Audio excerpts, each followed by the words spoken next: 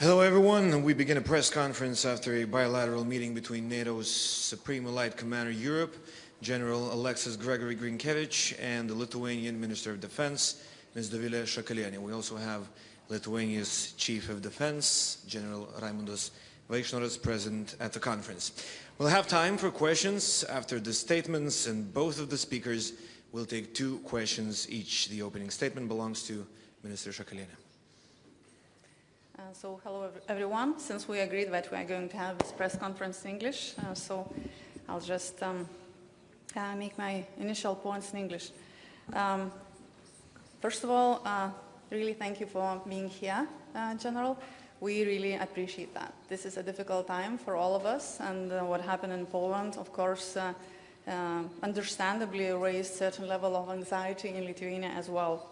Every one of us on the eastern flank are facing certain risk every single night. So your support and our joint work is really what matters to make our society safer, to make the eastern border of the alliance safer. We discussed with the Supreme Allied Commander certain measures that we've taken nationally, also certain measures that could be taken additionally on the NATO scope. And also, of course, we discussed a bit the forced posture of United States troops, because that is something that we all are very much concerned about.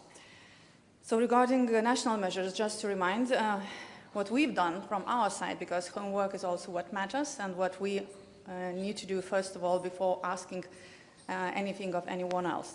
So we significantly shortened decision-making and authorized military to intercept and neutralize targets, and prepared our legislation that could enable safe conduct of NATO forces in the sky without any fear to damage civilian objects in the yet peacetime.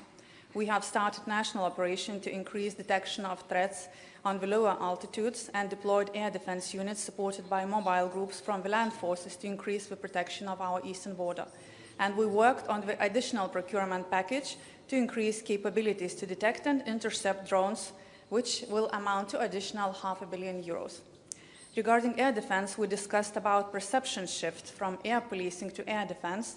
And we, from Lithuania's side, we have prepared a position paper, and I'm hoping to discuss it right after our press conference with my colleagues, the 3 Baltic defense ministers. We are going to have a VTC about that, because we feel that it is time to go from air policing to air defense and have additional capabilities and a different concept. So I presented the Lithuanian position that NATO should conduct air defense mission in our region, and I'm really hoping for certain assessment and certain measures if that would be possible. Of course, it needs additional capabilities such as ground-based air defense assets, sensors, and effectors. We discussed also with Secure on the additional deployment of sensors to better detect drones, and we are working on that matter with our allies. Hopefully we will have some results soon.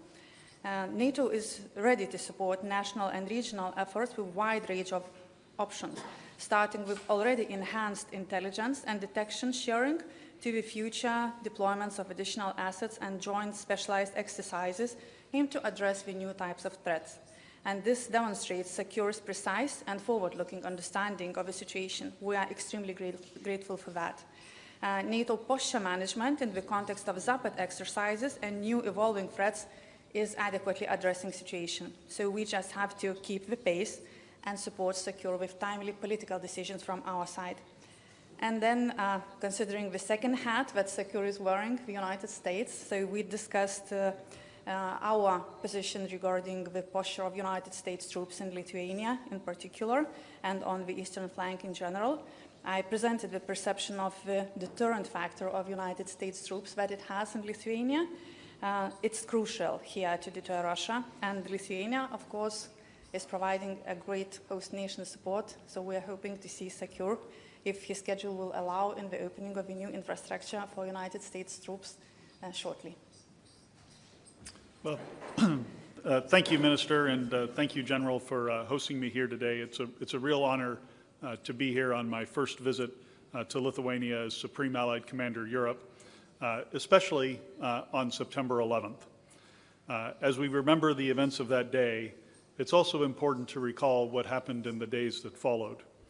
For the first and only time in NATO's history, allies invoked Article 5 of the Washington Treaty, our collective defense clause.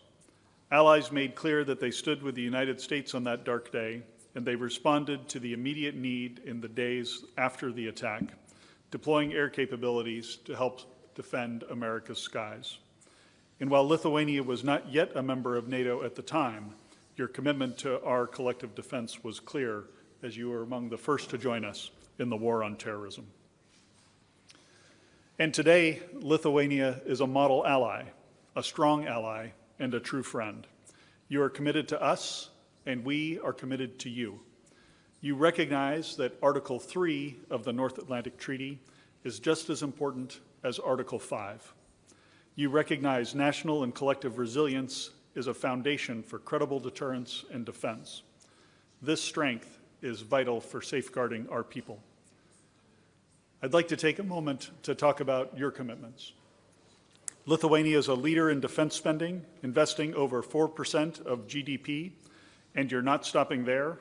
NATO welcomes your recent decision to invest 5 to 6% of GDP in defense from 2026 to 2030. This is an example that this sets an example for all of our allies and sends a strong message to any potential adversary. Lithuania also contributes to NATO Mission Iraq and the NATO Security and Assistance and Training Mission for Ukraine. And I welcome that Lithuania has decided to increase its troop contribution to KFOR in Kosovo. You've purchased dozens of the latest Leopard tanks from Germany, Lithuania's largest defense procurement to date. And you plan to scale up Lithuania's land forces to deliver a mechanized division and 3 brigades. This will deliver real capability to the alliance. In light of recent events, it's also worth highlighting your work on the political front within the alliance. Your actions have allowed NATO to act as we did decisively in the southern border of Poland in recent days, ensuring the right authorities and rules of engagement were in place. So thank you for that political leadership as well. And just as you are committed to us, we are committed to you. NATO land forces forward, led by Germany with additional contributions from Belgium, Czechia, Luxembourg, the Netherlands, and Norway, are here and growing. Germany will permanently station a brigade in Lithuania. This is a major step to strengthen our deterrence and defense on the eastern flank of the alliance. Thank you for hosting these forces and for all you do to host American forces here as well. Our NATO Force Integration Unit here, which recently celebrated its 10th anniversary, stands ready to facilitate the rapid deployment of additional NATO forces to the region should they be necessary. And NATO's air policing mission, which I again thank you for hosting, provides further protection. Currently, F-200 Typhoons from Spain and Hungarian Jazz 39 Gripens out of Chalet fill this mission. They're under the control of Allied Air Command's Combined Operations Center in Germany. Italian F-35s in Estonia are also capable of supporting here in Lithuania or elsewhere. And we're working together closely to protect our population from drones. Following the drone crash in Lithuania in August, and at my direction, Allied Air Command dispatched a team here last month to assess air defenses and provide recommendations back to me. As a result, Allied Air Command is now providing the Lithuanian Control and Reporting Center greater indications and warnings of aerial launches against Ukraine, which could cross into Lithuania. Allied Air Command is aligning this work with Lithuania's national air defense effort, Vilnius Shield, which allows for better integration and deconfliction should NATO assets be required to respond. And Minister, I'd like to personally thank you for the work you did at the political level in your aggressive efforts to ensure that NATO forces have the authorities to engage in defense of Lithuanian airspace and the airspace of the alliance if necessary. We've tested this integration. We did it once last month when Lithuania's Crisis Response Center received a shared picture from NATO during a major Russian attack against Ukraine and passing the alert levels that we were setting in Poland. And of course, this was again tested the night before last. Based on the lessons from these events, we're going to continue to work to improve our ability to defend every single inch of Alliance airspace. Thank you again. I look forward to our continued work together to strengthen the Alliance and to defend the Euro-Atlantic area and its 1 billion people. I'm happy to take some questions. Thank you, General. Time for questions. All right, let's start with Martina. Thank you, Martina Pikalita, News Agency ELTA. I have a question to Mr. Grynkewich. So, following the incident in Poland, President Nausėda encouraged to implement a rotational air defense model as agreed at the Vilnius summit. How do you rate the possibilities of implementing this model, and what do you think about the idea of having a Baltic sentry type of mission for air defense on the eastern flank? Thank you. Now, thank you for that question. The rotational air defense model is one that has a lot of my attention, and that I think, given the events in Poland and the other incursions here in the Baltic states, it's very important to use this as an opportunity for allies to step forward and commit capabilities to that model. I also in our discussions, we talked about the need to move from an air policing model to a broader defensive model and an integrated air and missile defense model that has the air mission and ground-based defense brought closer together. We do this in some areas of the Alliance very well, but we need to do more work on it. So I look forward to working on that moving forward. All right, thank you. Vakaris over there.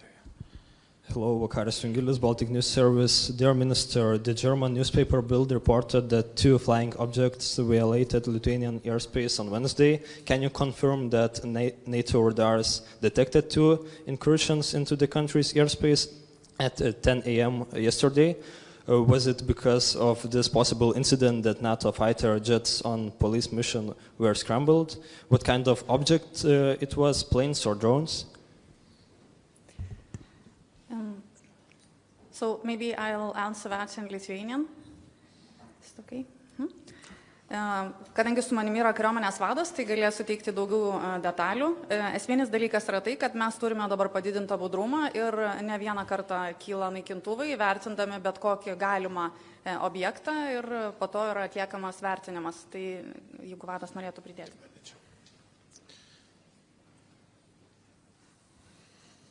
Tai sveiki visi.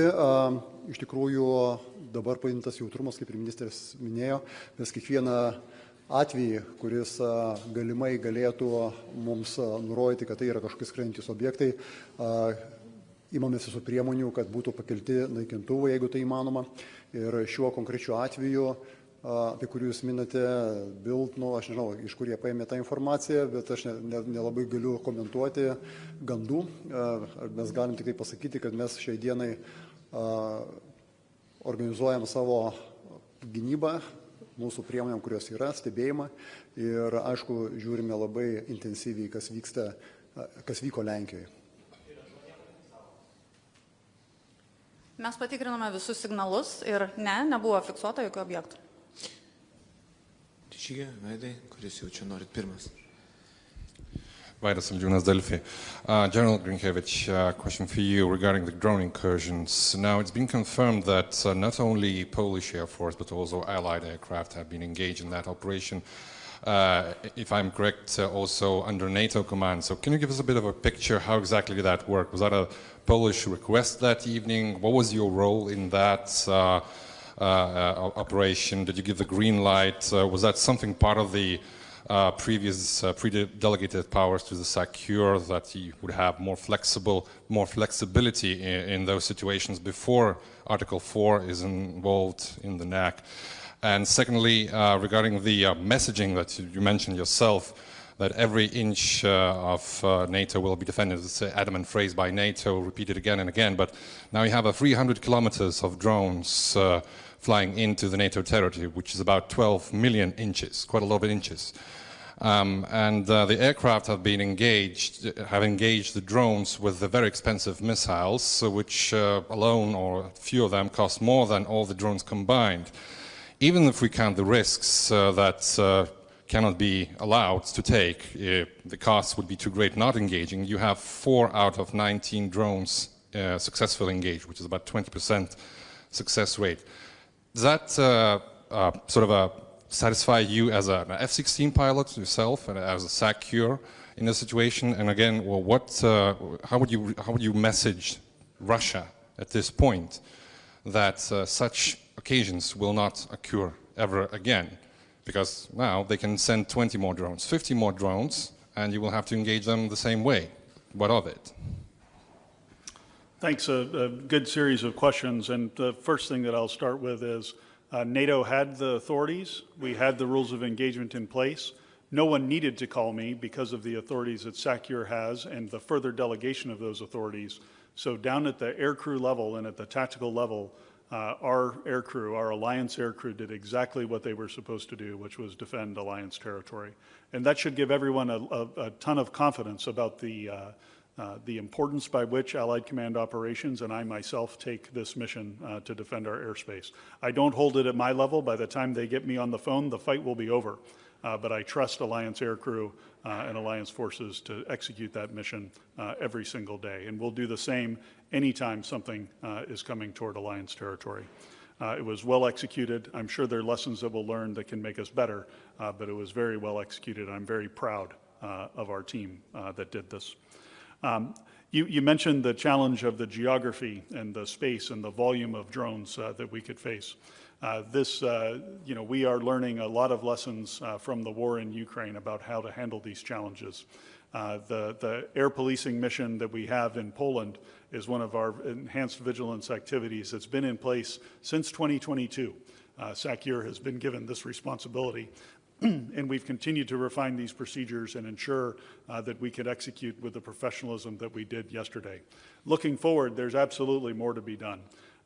There are enhancements to weaponry that allow us to get to a lower cost per engagement that nations have been experimenting with, and will certainly continue to push that with all of the nations in the alliance, all 32, to build ground-based capability and air-based capability that gets us on the correct side of the cost curve. But when you're an operational commander and you have a capability and there's an attack or an incursion into your airspace, the cost of the weapon doesn't matter at that moment in time. You're going to use it to defend our population, and I'm very proud of our people who did. All right, Žygimantas, yeah. I'll break the protocol and give one more. Žygimantas Abromaitis, Lithuanian national broadcaster. Sir, as a pilot yourself, you've mentioned right now that any missile, anything that works should be done and prepared to basically destroy any enemy target which incurs into our territory. But since there were like 20 drones, and my colleague mentioned like, what if there will be 50, 100 drones, a swarm of drones? Do NATO has abilities and capabilities to neglect such swarms and bigger obstacles? Because we definitely know that a fighter jet has like 4 to 6 missiles, and it's not enough to neglect such many of drones. And if there is a possibility, of that attack, so what are the options for you? So a couple of things on the particular drone attack or the drone incursion for context. We do not yet know if this was an intentional act or an unintentional act. And I would also have low confidence in any numbers that you've heard of the number of drones. These are the number of sensors that we have, overlapping tracks. As we try to account for that and go into the technical details, we'll get a better understanding of how many there were. But I would not be able to tell you with any confidence today that it was 20 or that it was 10. We just have to get into the technical details to just figure that out, to debrief the crews that were up, see what they saw, etc. Anytime you're using aircraft to defend against a drone attack like this, and I've got a fair amount of experience from this from my time in the Middle East, you have to make choices about which drones to intercept and which ones not to, based on the number of aircraft you have airborne. If something is going out into a field, you might let it go versus it's heading toward an airfield that's critical to your combat operations. So I'm confident that the aircrew and the forces made the right decisions about what they could do with the resources that they had. But we will learn lessons. We will learn of things that we need to enhance our posture to handle these limited incursions. Now, switching to the second part of your question, if there were large drone swarms that were coming at us on a daily basis, there's no doubt in my mind if we experience a drone swarm of hundreds, that is not an accident, that is not an incursion, that would be an attack against alliance territory.